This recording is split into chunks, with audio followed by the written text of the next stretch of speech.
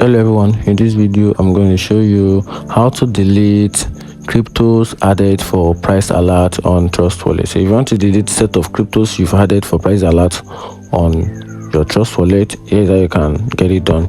Just open your Trust Wallet app on your phone, then you input your Face ID, your passcode, or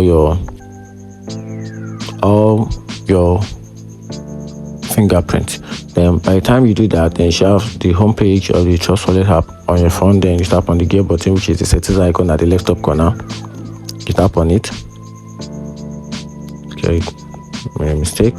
Okay, you tap on the gear button, which is the settings icon. Then on the second option you tap on price alert, which is then from here you can delete any cryptos that you don't want to get notified of the price changes in the market.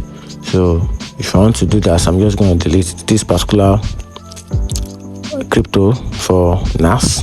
I don't want to get notified of the price alert anymore.